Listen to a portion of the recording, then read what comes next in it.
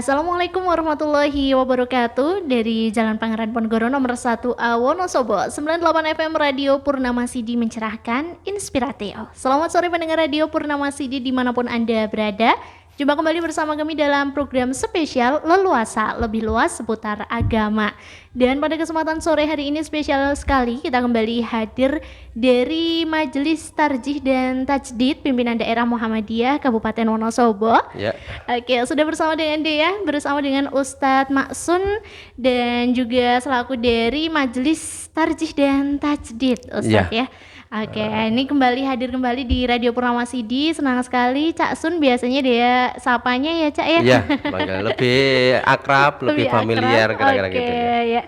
Tentunya pendengar Radio Purnama Sidi dimanapun Anda berada, kami akan menemani Anda selama kurang lebih 1 jam ke depan dalam program spesial Leluasa Kajian Tarjih bersama dengan Majelis Tarjih dan Tajdid Pimpinan Daerah Muhammadiyah Kabupaten Wonosobo. Bagi pendengar Radio Purnama Sidi, bagi Anda yang mau bertanya, silakan bisa mengirimkan pesan via WhatsApp-nya di 082114149287. Dan tentunya nanti akan kami bahas di pertemuan selanjutnya ya, Cak ya. Oke, ya bersama dengan narasumber kita, bersama dengan Ustadz Maksun SHI ME, kita akan bincang-bincang seputar bab sholat, Ustadz. Ya. Oke, Cak Sun, kalau kemarin kita sudah sempat bersama dengan 2 ustadz dari Majelis Tarjih dan Tajdid Pimpinan Daerah Muhammadiyah Wonosobo bersama dengan Ustadz Samsul dan Ustadz Teddy, Cak. Oke, dan kali ini berkesempatan di bab selanjutnya bersama dengan Cak Sun, kita akan bahas terkait bab apa sih, Cak? Ya, kita melanjutkan kalau kita ngikuti urutan HPT itu kita masuk ke kitabus sholat. Jadi bab sholat. Jadi kita butuh harus selesai. Kemudian yang pertama kan kitabul iman, tentang iman. Kemudian kitabut toharoh. Kemudian ini tentang kitabus sholat. Itu urutannya itu ya. Jadi insya Allah untuk bab tentang sholat ini insya Allah saya akan bersamai. Kita tidak tahu berapa episode untuk menyelesaikan pembahasan tentang bab sholat ini. Luar biasa. Dan tentunya pendengar Radio Purnama Sidi dimanapun Anda berada, kita merujuk dalam Himpunan Putusan Tarjih Muhammadiyah ya Cak ya. Jadi untuk pendengar Radio Purnama Sidi juga yang punya HPT-nya bisa sambil disimak ya. Tapi kalau nyimak sendiri biasanya agak bingung gitu ya Cak ya, kalau dia gitu. Nah makanya kita lebih enak ngobrol di radio ini ya Cak ya. Ya pendengar Radio Purnama Sidi dimanapun Anda berada, Anda juga bisa mendengarkan kami via streaming di www.jogjastreamers.com. Langsung aja dicari Radio Purnama Sidi, langsung muncul dan Anda bisa mendengarkan dimanapun tanpa batas ya. Dan juga bagi Anda bisa menyaksikan tayangan kami kembali melalui channel YouTube di MTTV Channel Wonosobo. Ya baik Cak Sun, mungkin kita perlu perkenalan lagi ya Cak ya. Kemarin kita sudah sempat bahas HPT lumayan panjang juga di kesempatan-kesempatan yang lalu Cak Sun, dan kali ini tentunya pendengar Radio Purnama Sidi ingin menyapa kembali Cak Sun ya, sambil perkenalan lagi Cak. Bismillahirrahmanirrahim. Assalamualaikum warahmatullahi wabarakatuh. Waalaikumsalam warahmatullahi wabarakatuh. Alhamdulillahirabbil alamin. Alhamdulillahilladzi bi ni'matihi tatimmus shalihat. Asyhadu an la ilaha illallah wa asyhadu anna Muhammadar Rasulullah. Allahumma shalli wa sallim wa barik ala nabiyyina Muhammadin wa ala alihi wa ashabi ajmain, amma ba'd.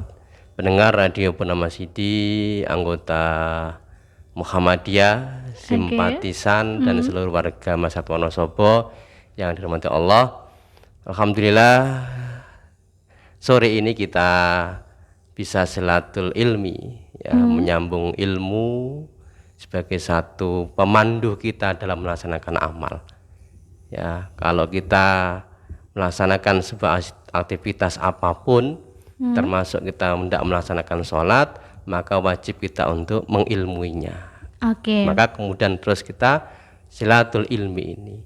Yang kedua kita silatul amal. Terus kita memperbaiki amal-amal kita, kita lahirkan kebaikan-kebaikan yang baru. Kalau kemudian kita sudah beranjak habis melakukan satu kebaikan, maka kita hendaknya melakukan kebaikan yang lainnya. Itu silatul amal. Ya, mudah-mudahan melalui Radio Purnama Sidi ini menjadi wasilah, sarana kita dimudahkan jalan menuju surganya. Amin ya rabbal alamin. Sebagai satu perkenalan, nama saya Maksun Mbak, singkat Mbak Dia. Jadi nama saya Maksun. Kalau aslinya jauh saya. Hmm? Saya dari Lamongan. Wah, Lamongan ke Wonosobo gitu ya, Cak ya? Ya, jadi kalau Mas Teddy itu, Ustaz Teddy itu Dari Tasik ya? Tasik ya, Jawa Barat. Ya, jadi kalau di Tarje, alhamdulillah saya diamanai di sekretaris Majelis Tarji dan Tajid untuk periode 2022-2027 ya. Oke. Oke, bersama Ustadz Mi'raj Mustajib. Kira-kira gitu Mbak Dia berkaitan pengenalan singkat saya. Baik nih Cak Sun ya, langsung aja kita masuk ke pembahasan kita pada sore hari ini. Dan tentunya pendengar Radio Purnama Sidi sudah tidak sabar terkait dengan pembahasan kita nih ya Cak ya pada sore hari ini. Ya, nih Cak Sun dia mau tanya ya Cak ya terkait dengan sholat. Biasanya kan kita sudah menjadi rutinitas dan kewajiban gitu ya Cak ya.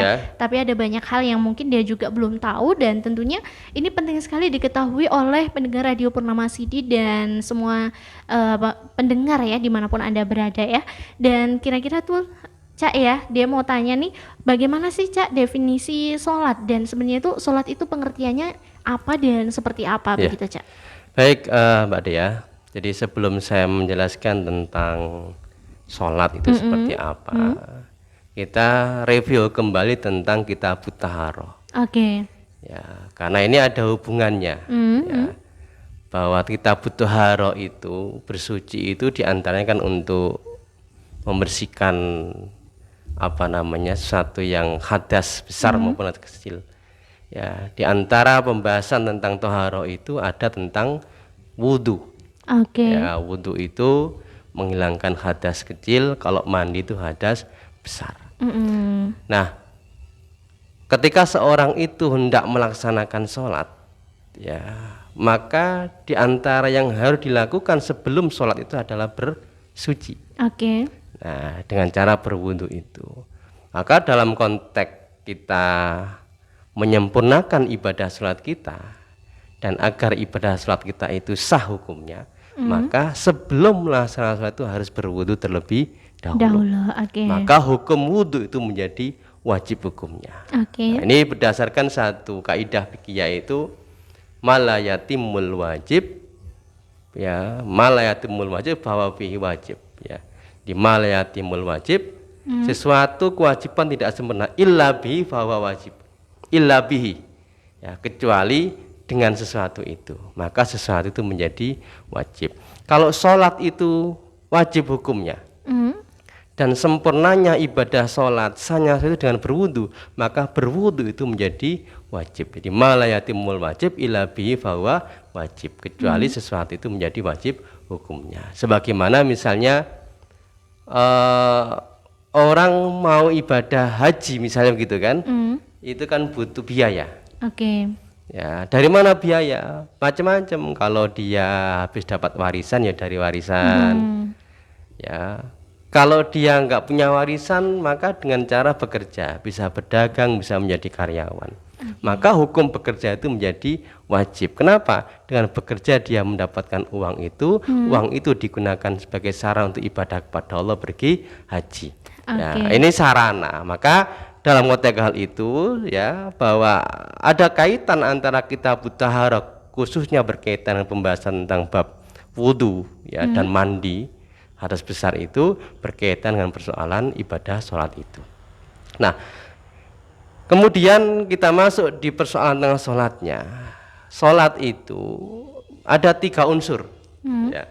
Jadi ada 3 unsur di dalam pelaksanaan ibadah sholat itu.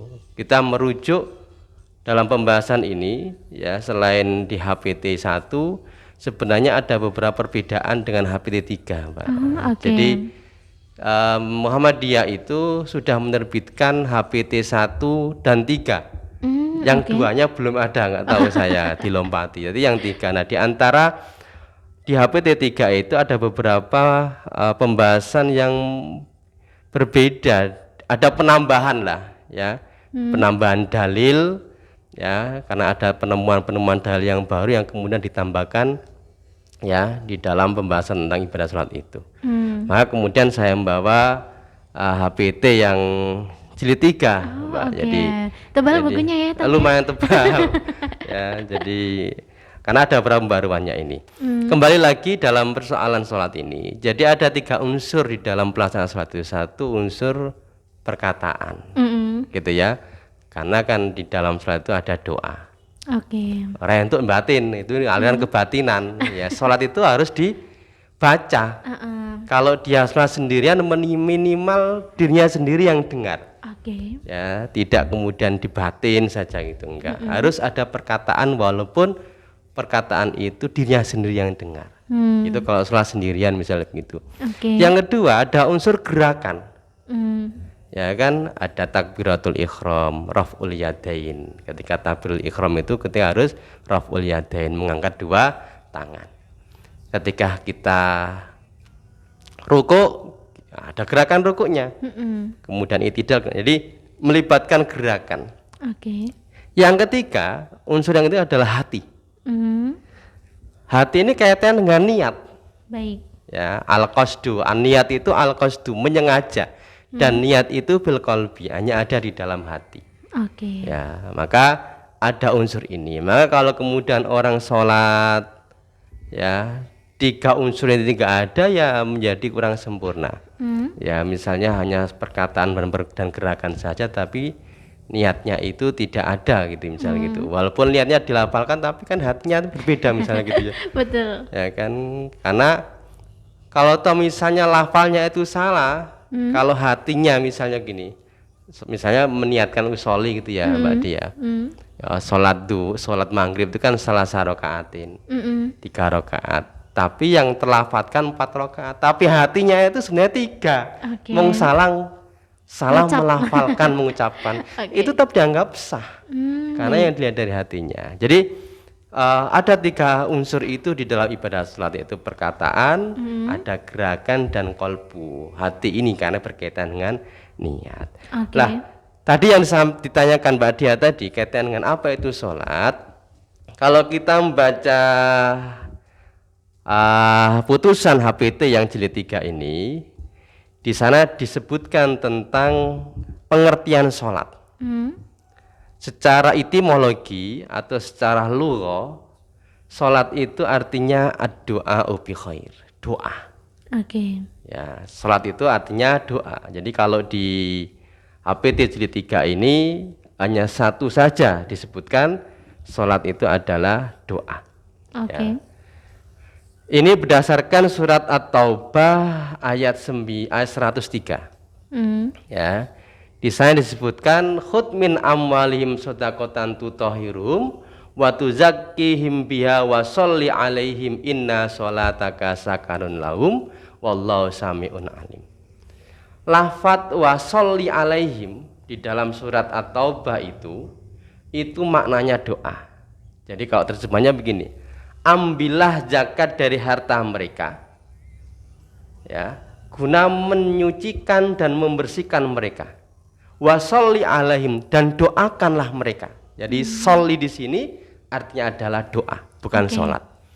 Inna sholataka sakanun lahum, karena sesungguhnya doamu adalah ketentraman bagi mereka. Wallahu sami'un alim, Allah maha mendengar lagi maha mengetahui. Jadi sholat di sini ya jamaknya sholawat, ya sholawat itu, sholat itu kan mufrad, jamnya sholawat, itu artinya ad-doa, ya, ad-doa bi khairin, doa. Ya. Kemudian yang kedua, sekalipun di dalam HPT ini tidak disebutkan, tetapi ada pemahaman lagi, sholat itu juga berarti rahmat. Rahmat. Ini berdasarkan surat Al-Ahzab ayat 43. Walladzi yusolli alaikum wa malaikatuhu liyukhrijakum minad dhulumati ilan nur wa kana bil mu'minina rahimah. Dialah yang memberi rahmat. Jadi yusolli di sini adalah maknanya rahmat. Dialah yang memberi rahmat kepadamu dan para malaikatnya, agar dia mengeluarkan kamu dari berbagai kegelapan menuju cahaya. Dia maha penyayang kepada orang yang beriman. Misalnya Ada ayat lagi, innallaha wa malaikatahu yusholluna 'alan nabi. Makna yusholluna tidak kemudian Allah sholat, enggak, tapi Allah memberikan rahmatnya kepada nabi. Oke. Ya, jadi itu makna sholat dari sisi bahasa, dari sisi etimologi. Jadi artinya ada dua, doa, ya, berdoa, doa. Yang kedua adalah rahmat ini. Ya. Kemudian dari sisi syarak, ya, kalau di dalam putusan HPT ini, ya, yang jilid 3 khususnya, karena kalau di jilid 1 nggak disebutkan Mbak Dia. Ya, jadi jilid 1 itu hanya langsung kayak ada pendalilan istidlalnya, kemudian baru kaifiatus sholat.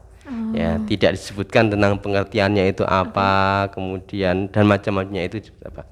Tapi di dalam HPT jilid 3 ini ada bab khusus tentang tuntunan sholat 5 waktu. Nah, ini memang lebih detail memang. Ya, gitu ya. Nah, saya lanjutkan sholat dari sisi syarak. Ya, secara syariah itu dikatakan, ya, saya cari-cari ternyata di dalam HPT ini merujuk kepada Al-Jaziri di dalam kitab Al-Fiqhu ala Madhahibil Arba'ah.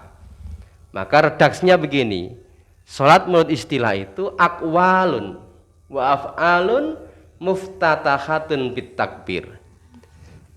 Jadi sholat itu apa? Satu perkataan, ucapan, ya kan? Kemudian perbuatan, ada ucapan, ada perbuatan yang diawali dengan takbiratul ihram, muftatahatun bit takbir, muhtatamatun bit taslim, diakhiri dengan salam, bisaraitin makhsusah, disertai syarat-syarat tertentu. Ya, ada syarat-syaratnya. Maka di dalam ibadah itu ada 2 istilah Mbak Dia. Ada yang namanya rukun dan ada yang namanya syarat.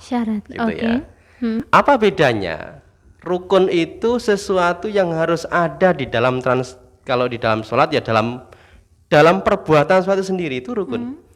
Sehingga salah satu tidak ada maka tidak sah. Jadi rukun itu, ya, berkaitan dengan keabsahan sebuah ibadah. Misalnya membaca takbiratul atau mengucapkan takbiratul ihram. Itu rukun. Ya, harus mengucapkan itu. Ya, kalau misalnya mengangkat 2 tangan, itu ada ulama mengatakan itu bagian dari kesunahan. Sehingga di dalam persoalan fikih itu ada yang memang, ya, ada variasi Mbak Dia. Ya, ada variasi dalam praktek itu. Jadi tentang bagaimana mengangkat kedua tangannya itu. Itu rukun. Jadi rukun itu sesuatu yang harus ada. Kalau tidak ada maka batal. Tidak sah. Kalau syarat sesuatu yang harus ada sebelum melakukan perbuatan. Sebelum sholat gitu. Sebelum sholat itu apa? Misalnya mengetahui waktu sholat, gitu kan? Nggak boleh misalnya mau sholat duhur, ya kan? Nembe jam 11 mau sholat duhur, ya tidak sah, ya kan? Mengetahui waktu sholat. Yang kedua harus bersuci, ya, dari hadas besar maupun hadas kecil.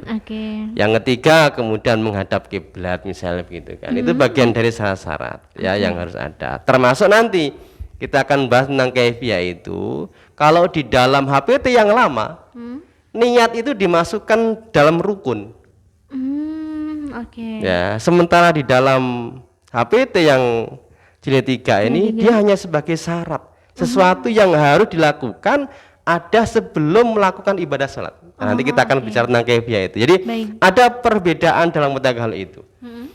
Jadi ada syarat dan rukun itu. Ya, jadi kembali lagi, jadi secara istilahi yang namanya sholat itu apa? Aqwalun wa af'alun muftatahatun bit takbir, muhtatamatun bit taslim, bisaraitin makhsusah.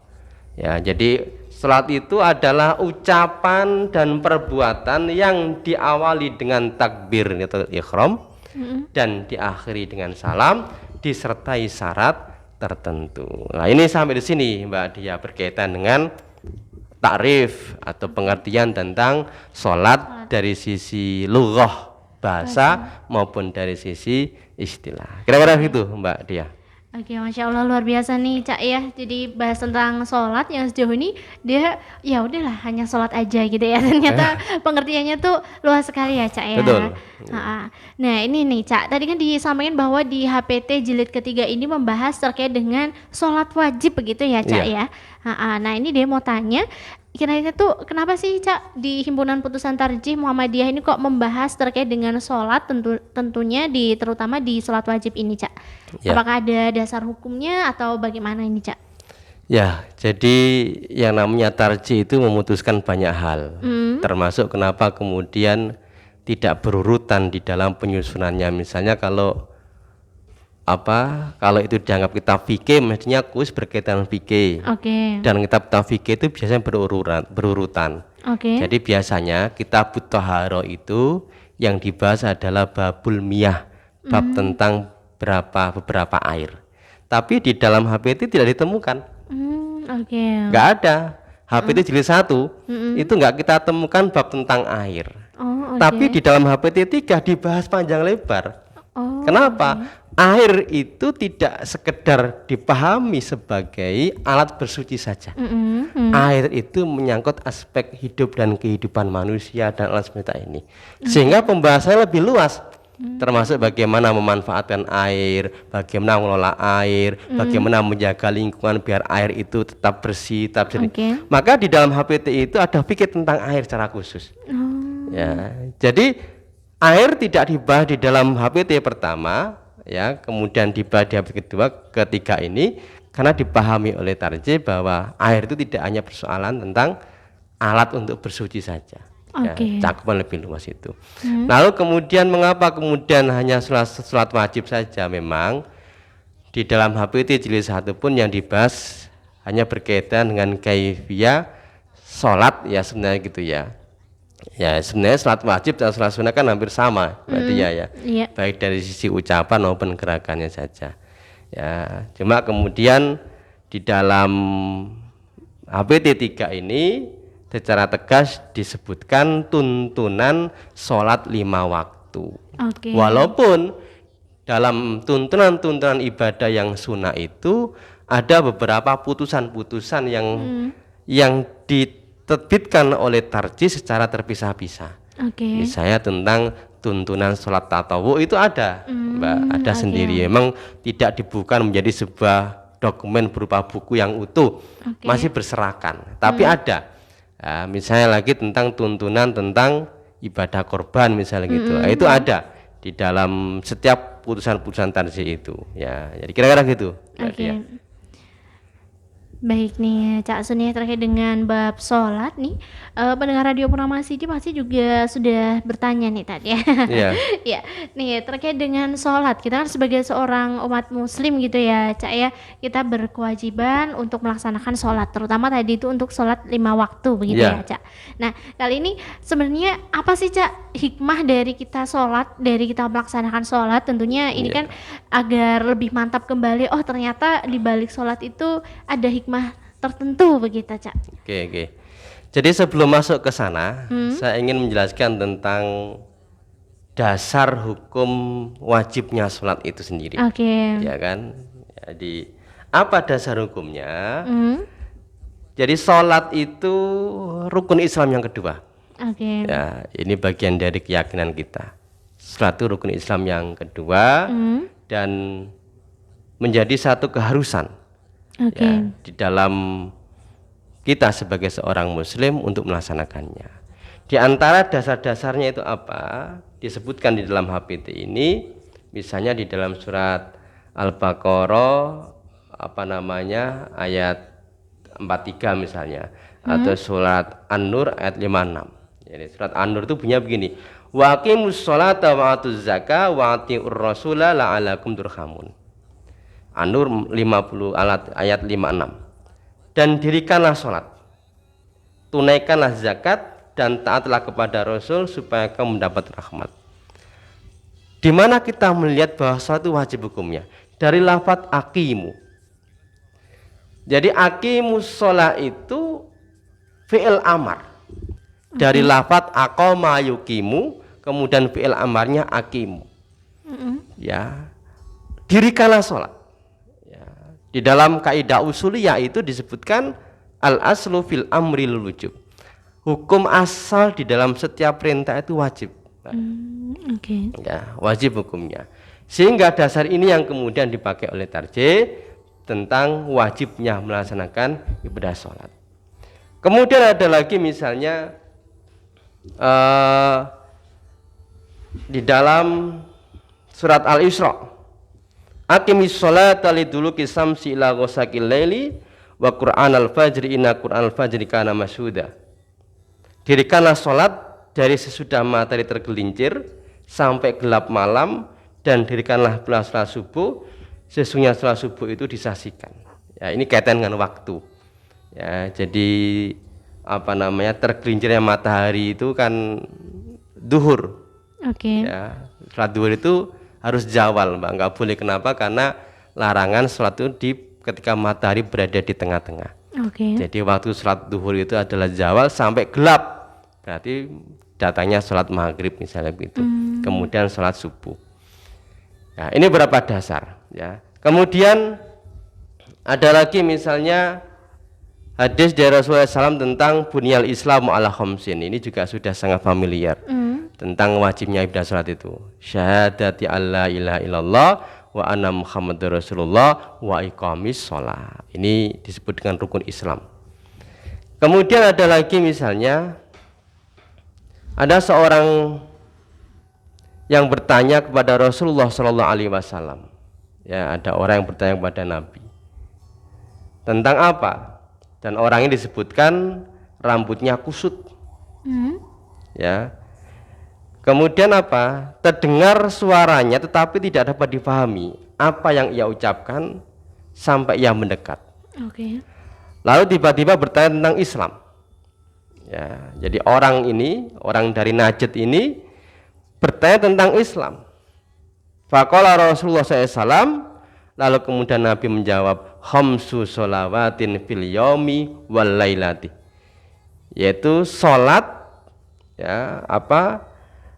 diwajibkan 5 sholat sehari semalam. Lalu orang ini bertanya lagi, hal ala yahuruhu, apakah ada selainnya? Nabi menjawab, lah, tidak, ila anta tawa'a. Jadi wajibnya sholat itu hanya yang 5 waktu sehari semalam itu. Kemudian kalau kita baca lagi misalnya di dalam waktu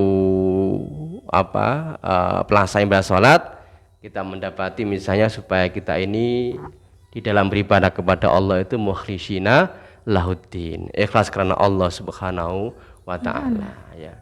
Kemudian ada lagi misalnya sallu kama ra'aitumuni usolli. Ya, salatlah kamu sebagaimana engkau melihat aku salat. Kemudian ada lagi surat An-Nisa. Ya. Inna sholata kanat alal mu'minina kitabam mauquta. Sehingga salat itu bagi seorang mukmin adalah sudah ditetapkan waktunya. Ada ketentuan-ketentuan waktunya. Dari beberapa riwayat dan hadis Rasulullah SAW itu, maka ada 5 kesimpulan. Yang pertama, sholat itu perintah Allah Subhanahu wa ta'ala. Ya, sholat itu perintah Allah Subhanahu wa ta'ala. Kemudian yang kedua, di dalam pelaksanaan ibadah sholat itu ya kaitan dengan motif niat itu harus ikhlas karena Allah Subhanahu wa ta'ala. Tidak boleh ada niatan-niatan yang lain ya. Maka di situ tadi awal saya katakan niat itu sholat itu melibatkan qalbun. Karena niat itu ada di dalam hati. Ya, al-qasdu menyengaja, dan itu ada mahallu fil qalbi. Ya, tempatnya itu ada di dalam hati. Maka ikhlas saat melaksanakan.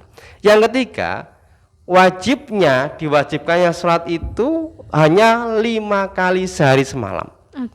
Ya, mulai dari sholat misalnya subuh. Kemudian duhur, asar, maghrib, isya. Ini sholat yang wajib. Bagi kita sebagai umat Rasulullah SAW, Ya, di luar itu tatawwu, salat-salat sunnah. Karena ada beberapa ibadat tatawwu tetapi bagi Nabi itu wajib. Misalnya apa? Salat malam. Oke. Ya, bagi Nabi itu wajib. Duha itu juga sama wajib bagi Nabi. Jadi ada beberapa hal yang bagi Nabi itu wajib, tetapi bagi kita itu tatawwu. Itu bagian dari kesunahan, boleh kita lakukan, boleh tidak. Jadi yang wajib itu hanya sholat 5 waktu. Kemudian yang keempat, sholat yang 5 waktu itu sudah dijelaskan waktunya. Ya, sudah jelas waktunya. Ya, waktunya sudah jelas. Duhur itu zawal. Ya, sholat asar itu ada sendiri. Kemudian maghrib itu sudah ditetapkan oleh waktu-waktunya, itu sudah enggak. Kita enggak boleh membuat-membuat. Ya, karena ini bersifat qat'iyun. Ya, yang pasti kita tidak boleh kemudian mengada-ngada sesuatu yang sudah ditetapkan oleh Allah dan Rasulnya. Termasuk nambah-nambah misalnya. Bahwa sholat duhur bagi yang mukim misalnya gitu kan, dia enggak dalam keadaan bepergian, kok kemudian cuma 2 rakaat, enggak bisa. Ya kan? Jadi sholat 2 rakaat dalam konteks duhur itu bagi safar, bagi orang yang melakukan perjalanan atau musafir, itu rukhsah, boleh dikosor. Ya kan? Atau misalnya mengada-ngada, misalnya karena sholat ini kan musim dingin nih. Ya, sholat subuhnya itu misalnya supaya agak berkeringat ditambahi lagi 2 rakaat misalnya, itu nggak bisa. Ya kan? Jadi di dalam persoalan ini apa namanya, tata cara itu sudah kita tentukan sesuai dengan ketentuan Rasulullah SAW. Shollu kama ra'aitumuni usolli. Salatlah kamu sebagaimana engkau melihat aku sholat. Ya, jadi ketentuan sholat itu mengikuti Rasulullah. Tidak ada hal-hal yang lain yang bisa kita ikuti. Ngikuti guru saya. Kalau misalnya guru salah, jadi kita ngikuti Rasulullah SAW tentunya berdasarkan dengan hadis-hadis yang sahih. Lalu kemudian yang kedua berkaitan dengan kedudukan sholat ini. Ya, sebelum nanti sampai pada hikmah. Kedudukan sholat itu sangat penting. Jadi kalau sholat itu sebagai satu rumah, ya maaf, kalau Islam itu sebagai satu rumah, Islam itu, maka tiangnya itu adalah sholat. Ya, maka disebut dalam satu riwayat as-sholatu imaduddin. Sholat itu adalah tiang agama. Ya, jadi pokok atau inti setiap masalah itu adalah Islam. Tiangnya adalah sholat, kemudian puncaknya itu adalah jihad fisabilillah. Ini kedudukan sholat, luar biasa. Dia tiang. Ya, jadi kalau Islam itu bangunan, maka sholat itu adalah tiangnya. Sehingga ketika bangunan itu tiangnya rapuh, penegak ada tiangnya ya rubuh, nggak bisa berdiri. Kemudian yang kedua, salat itu adalah ibadah yang pertama kali dihisab oleh Allah Subhanahu wa taala. Ya, ini salat. Awwalu ma yuhasabu yaumal qiyamati as-shalah. Jadi pertama kali yang akan dihisab oleh Allah besok pada hari kiamat itu adalah tentang salat. Ya, ini kedudukan itu begitu pentingnya. Yang ketiga, salat itu parameter seorang. Ukuran baik buruknya ibadah-ibadah yang lain itu salatnya itu. Makanya kemudian di dalam satu riwayat, fa'in saluhat, jika baik, saluha sa'iru amalihi, maka baiklah seluruh amalnya. Fa'in fasadat fasada sa'iru amalihi, nek salate rusak, maka rusaklah seluruh amalnya. Ini berkaitan dengan parameter seorang. Jadi sesuatu menjadi parameter. Yang keempat, salat itu pembeda antara kafir dan mukmin. Ya, pembeda. Ya, jadi sudah jelas tegas itu. Ya, sekalipun juga ada yang membantah. Ya kan, nek apa namanya, sekalipun dia enggak salat tapi masih sudah mengucapkan syahadat la ilaha illallah, maka dia tidak masuk kategori kafir misalnya begitu ya. Tetapi yang jelas itu dalil yang umum, ada dalil yang khusus yang dikhususkan berkaitan dengan hal ini.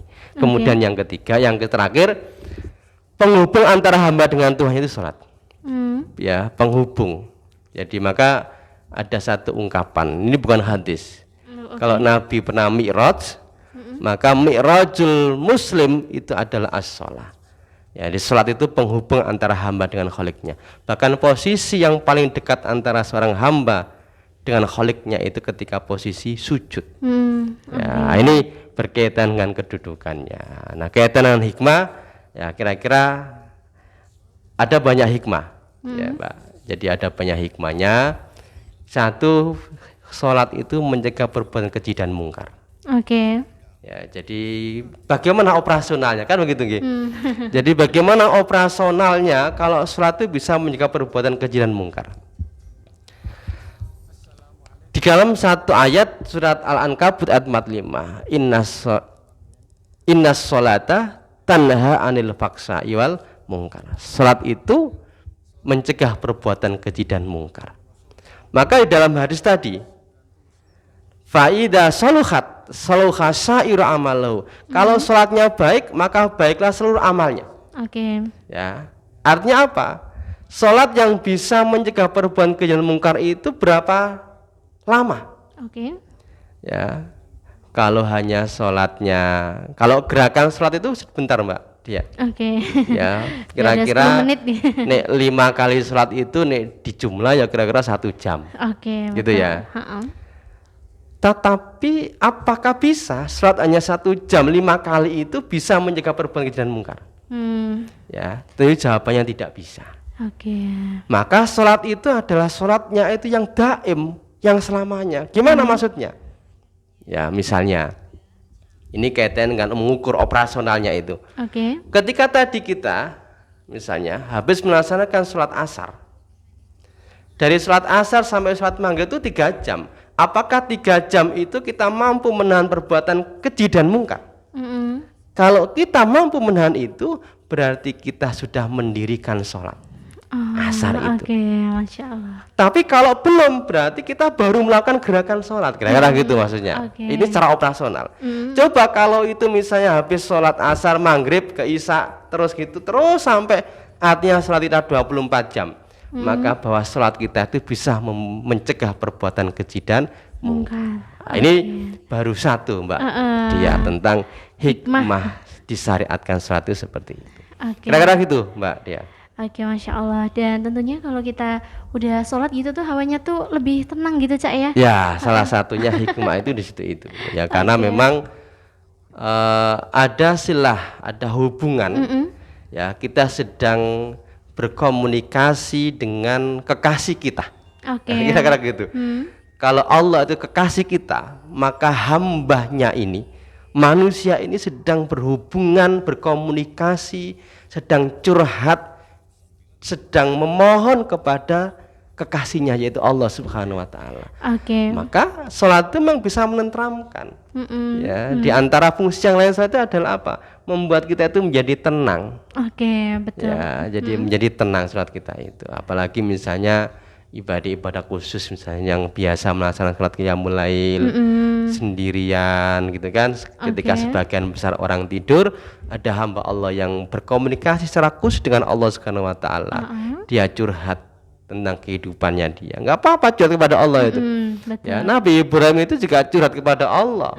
Kalau curhat kepada orang kan khawatir disebarkan. Ya kan, tapi kalau curhat kepada Allah dalam posisi sendirian malam hari misalnya. Ya, Nabi Ibrahim curhat kepada Allah. Rabbi ini askantu wa min dzurriyyati biwadin ghairi dzar'in bi Bakkatal Muharram. Ya, jadi ya Allah, saya telah menempatkan sebagian dari keturunanku di lembah yang tidak ada tanamannya bi Bakkatal Muharram. Inda baitikal muharram, di sisi rumahmu yang dimuliakan. Itu curhatnya Nabi Ibrahim ya kepada Allah Subhanahu wa taala. Baru kemudian ia berdoa, li rabbana liyuqimus shalat. Nah, ini jadi adabnya begitu misalnya mestinya. Jadi sebelum memohon itu ya curhat dulu, ya menyampaikan tentang keluh kesahnya, kemudian dia baru mohon kepada Allah Subhanahu wa taala. Jadi salat itu bisa menentangkan ya, karena memang itu hubungan yang sublim antara seorang hamba dengan kekasihnya Khalik itu, yaitu Allah Subhanahu wa ta'ala. Kira-kira gitu Mbak Dia. Baik, Masya Allah Cak Sun nih ya, jadi ikut terbawa suasana nih. Ya, Cak Sun, ini sekaligus dia juga mau tanya gitu ya Cak ya, yang mungkin sering juga dirasakan pendengar Radio Purnama CD atau siapapun gitu ya Cak ya, terkait dengan sholat. Nah, kadang tuh kita gini ya Cak ya, kita melaksanakan sholat tuh 5 waktu, bahkan kita selalu berusaha buat sholat di awal waktu gitu Cak ya. Tapi di sisi lain tuh kayak tadi disampaikan bahwa sholat itu mencegah dari perbuatan keji dan mungkar kayak gitu ya Cak. Tapi kadang kita masih aja melakukan kesalahan misalnya, atau mungkin itu perbuatan keji dan mungkar dan lain sebagainya. Itu bagaimana Cak jika ada situasi seperti ini? Iya, mestinya kalau hakikat suatu dilaksanakan, maka perbuatan keji dan mungkar itu mesti bisa dihindari. Ya termasuk saya ini kan masih belum bisa sampai hakikat sholat itu ya. Hakikat sholat itu kita baru bisa melaksanakan gerakan sholat dan hanya netepi rukun dan syarat sholat saja. Ya, jadi karena ada kualitas sholat yang lebih apa? Khusyuk. Khusyuk itu khudrul qalbi ma Allah, menghadirkan hati bersama Allah Subhanahu wa taala. Kita ini kadang ingat Allah pas sholat itu ya ketika pas takbiratul ihram. Gitu ya Mbak Dia. Pas takbiratul ihram, tapi setelah itu kelingan yang hilang. Justru barang yang hilang itu bisa ketemunya itu di tengah-tengah sholat. Betul. Ya, kita ini kadang baru seperti itu ya. Jadi kita ini sholatnya baru netepi rukun dan syaratnya saja. Kita belum sampai kepada kualitas dari sholat sendiri apa? Khusyuk itu. Ya, walaupun toh enggak khusyuk itu sebenarnya juga tidak membatalkan sholat, sekalipun itu dicela oleh Allah. Fawailul lil musholin itu diantaranya adalah ada mufasir yang mengatakan itu tidak khusyuk. Sholat tapi kemutan liya-liyane. Tapi juga ada pendapat yang lainnya tidak seperti yang itu. Kira-kira gitulah. Jadi apa namanya, kita mengikhtiari ya, mestinya kalau orang sampai pada hakikatul sholat, maka ya pasti bisa mencegah perbuatan dan mungkar. Ya, nah ini baru mengikhtiari. Nah kita ini kan kelasnya kan kadang taat ya kadang maksiat. Ya kan, ya karena kita manusia kan ya gitu ya, taat ya maksiat. Makanya begini, ketika turun ayat haqqa tuqati itu Mbak Dia, ketika turun ayat ya ayyuhalladzina amanu taqullaha haqqa tuqati, ya bertakwalah kamu kepada Allah haqqa tuqati, dengan sebenar-benar takwa. Wah itu para sahabat ya protes ya, berat. Sinten ya Rasul, siapa ya Rasul yang saguh melaksanakan ya takwa yang sebenar-benarnya itu. Kalau misalnya kita mau mengambil pendapatnya Ibnu Mas'ud ketika menjelaskan haqqa tuqati itu, satu, senantiasa taat kepada Allah dan tidak maksiat. Ya ini ya. Ayyuta Allah wala ya'sah. Ya, senantiasa taat. Nah, kita ini kan kelas-kelas awake dhewe iki ya kadang taat ya kadang maksiat. Ya, kan? Berat. Yang kedua, kata Ibnu Mas'ud ketika menjelaskan haqqa tuqati itu adalah apa? Senantiasa ingat dan tidak lupa. Lah kita ini justru barang yang hilang itu justru ketemunya di tengah-tengah sholat. Betul. Gitu ya. Jadi kalau 100% kon khusyuk misalnya dari awal takbiratul ihram, kemudian nggak ada kemutan apapun kecuali hanya Allah, itu kok berat. Kenapa? Ali bin Abi Thalib dan Abu Bakar pernah dites oleh Rasulullah. Nek iso salat khusyuk tak kei surbanku. Kata Rasulullah. Lalu dua orang ini sholatlah, Abu Bakar As-Siddiq dan Ali bin Abi Thalib. Ketika selesai ditanya, khusyuk enggak? Enggak ternyata. Kenapa? Kelingan sorban. Sekalipun dalam kondisi-kondisi tertentu Ali itu bisa khusyuk. Ya, jadi apa namanya, ya perlu diikhtiari. Tapi kalau misalnya tidak khusyuk, ya mudah-mudahan Allah ya nek diterima apa tidak itu urusannya Allah Subhanahu wa taala. Tetapi kalau rukun dan syarat sudah terpenuhi, sudah kita sah salat kita itu. Maka kita mengikhtiari terus. Maka kembali lagi, jadi senantiasa taat itu berat, ya, atau senantiasa ingat itu berat juga. Maka kemudian ada turun ayat fattaqullaha mastata'tum. Bertakwalah kamu kepada Allah semampu kamu. Loh kan umat Nabi itu macam-macam. Betul. Ya kan nggak bisa kemudian digeneralisir KB itu harus kelas A. Ya nggak bisa, ya ono sing kelas B, ada level imannya yang berbeda-beda. Ya kan gitu ya. Jadi ini berkaitan. Maka kemudian Nabi mengatakan dalam satu riwayat, jika datang kepadamu satu perintah, laksanakan. Apa? Dalam konteks perintah itu sifatnya apa? Mastata'tum. Tapi kalau sifatnya larangan, jangan mastata'tum. Harus sekuat tenaga. Larangan itu harus ditinggalkan. Baik. Nah ini apa namanya dalam konteks itu. Makanya khusyuk itu memang berat. Tetapi memang harus diikhtiari. Walaupun memang ada pelatihan salat khusyuk. Tidak kemudian habis pelatihan oleh sertifikat kemudian jadi salat khusyuk, enggak juga. Ini memang butuh latihan, cara-cara untuk bagaimana salat khusyuk itu. Kenapa? Karena itu yang bisa menjadikan salat kita ini punya dampak. Yaitu apa? Inna sholata tanha anil fahsya'i wal munkar. Kira-kira gitu Mbak Dia. Ini baru satu hikmah ini. Masya Allah ya, tentunya banyak hikmah ya Cak Sun ya. Dan tak terasa kita nih kurang lebih sudah hampir 1 jam nih Cak Sun. 1 jam, Masya Allah. Iya nih, Masya Allah nih kita mengalir ngobrolnya, tapi juga asik juga ya Cak. Ya ternyata ngobrolin himpunan putusan tarjih, kalau diskusi ada tanya jawab kayak gitu juga rasanya mengalir gitu ya Cak. Kalau dia baca sendiri ada pusing-pusingnya gitu Cak. Iya, karena nggak semua orang tuh seneng baca. Ada orang itu yang seneng mendengarkan. Jadi sama saja lah sebenarnya kan. Maka yang nggak seneng baca, maka hadirlah majelis-majelis ilmu. Ya, kalau seneng baca mungkin dia nggak bisa memahami, maka datang ke majelis ilmu. Dengan datang mudah-mudahan yang kita baca itu, oh maksudnya seperti itu. Kira-kira gitu.